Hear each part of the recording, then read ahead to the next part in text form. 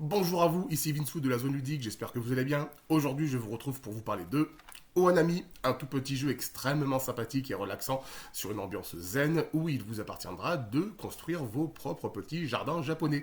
Il vous faudra donc dispatcher arbustes, marais, rochers et bien sûr des sakuras avec une mécanique classique de draft. On va voir tout ça en détail pour ce qu'il en est.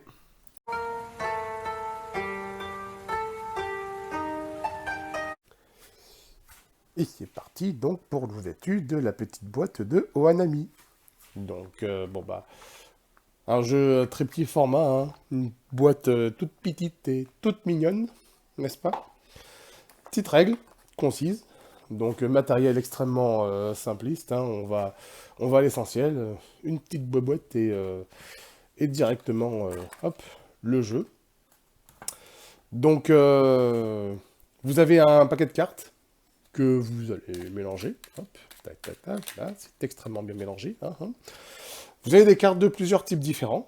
Vous avez des cartes végétation, des cartes cailloux, des cartes marais, et,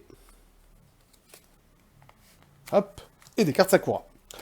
Vous avez donc toutes ces quatre cartes ont un système de scoring différent, c'est-à-dire que le jeu va se jouer en 3 tours. Au début de chaque partie, donc on va distribuer 10 cartes à chacun. On va poser des cartes et on va poser des cartes. Ensuite, on va se faire tourner les autres cartes récentes sur un principe de draft classique. Et en fin de compte, tous les 3 tours, enfin tous les 3 tours, à la fin de chaque tour, on va compter les points de manière assez originale. C'est-à-dire qu'au premier tour, il n'y a que les cartes marais qui vont compter. Donc là, on va compter 3 points par carte marais.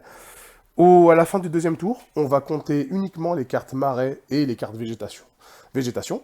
Donc on va compter 3 points par carte marais et 4 points par végétation qui s'ajouteront au point du premier tour.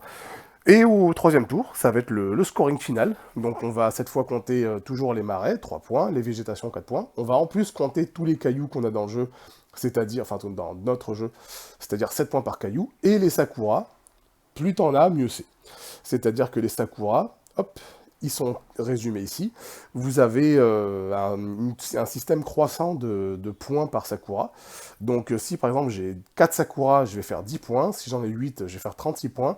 Si j'en ai 10, je vais faire 55 points. Donc voilà, la courbe de progression des Sakura, elle est assez... voilà. Bon, ensuite, c'est pas forcément judicieux d'orienter son jeu uniquement sur les Sakura, parce qu'il y a aussi le reste qui fait des points. Donc, mine de rien, ça peut faire pas mal la différence, mais même si les Sakura sont clairement le moyen de points le plus efficace, bon, faut pas trop en faire non plus, d'autant plus que c'est pas dit qu'on puisse toujours tous les poser. On va attaquer donc là la présentation du jeu. Donc, au début de partie, on va donner 10 cartes à chaque joueur. Donc, 3, 4, 7, 8, 9, 10. Pomme. Bon, ensuite, 10 à chacun. Hop. À mon tour de jeu. Donc, tout le monde joue en même temps. Je vais regarder les cartes que j'ai. Et je vais en choisir 2 pour poser dans mon jardin. Et donc commencer à construire un jardin. Je peux construire en tout 3 jardins différents sous forme de 3 colonnes. Car la pose de jeu, la pose des cartes va se faire par colonne, uniquement avec les valeurs les plus hautes et les plus basses sur chaque colonne. Je m'explique. Vous avez sur toutes les cartes des valeurs qui vont de 1 à 120, si je dis pas de bêtises.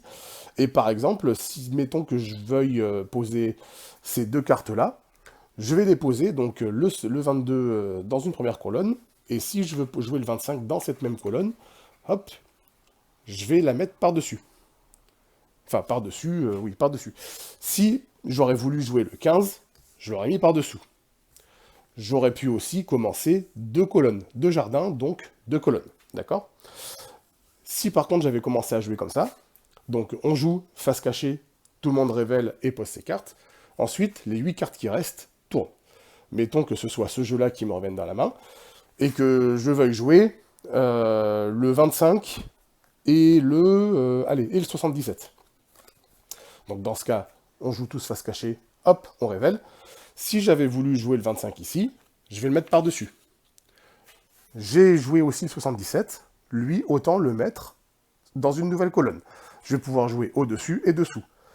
Si par contre, le 77, je le mets sur cette colonne, c'est une mauvaise décision, car je me prive d'une grosse marge de manœuvre entre le 25 et le 77.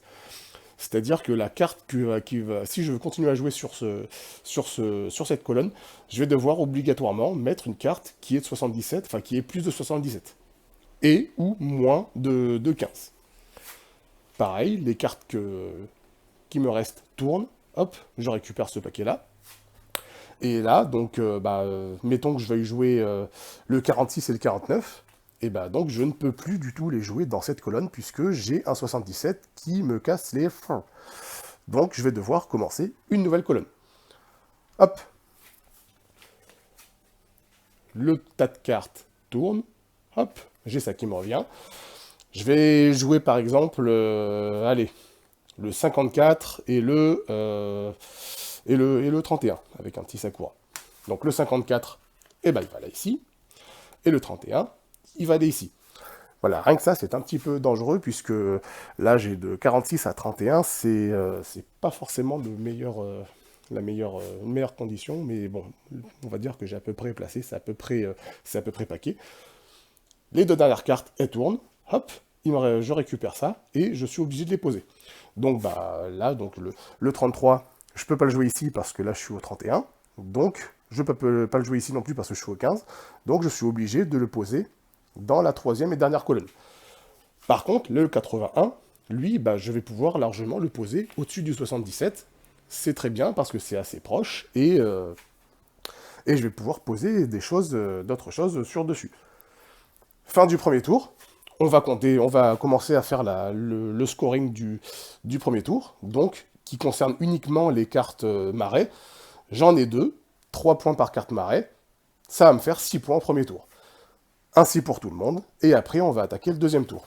Les cartes posées restent posées, hop, 10 cartes à tout le monde, et rebelote, comme pour le premier tour, donc hop, allez, j'ai mes 10 cartes. Qu'est-ce que j'ai? Je vais jouer ça et ça. Tac, on révèle, on joue. Obligatoirement, le plus haut dessus, le plus bas dessous.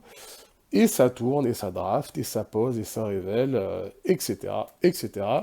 Le temps de faire 3 tours. Donc, premier scoring scoring du premier tour, que les marais. Scoring du deuxième tour, le marais et les végétations.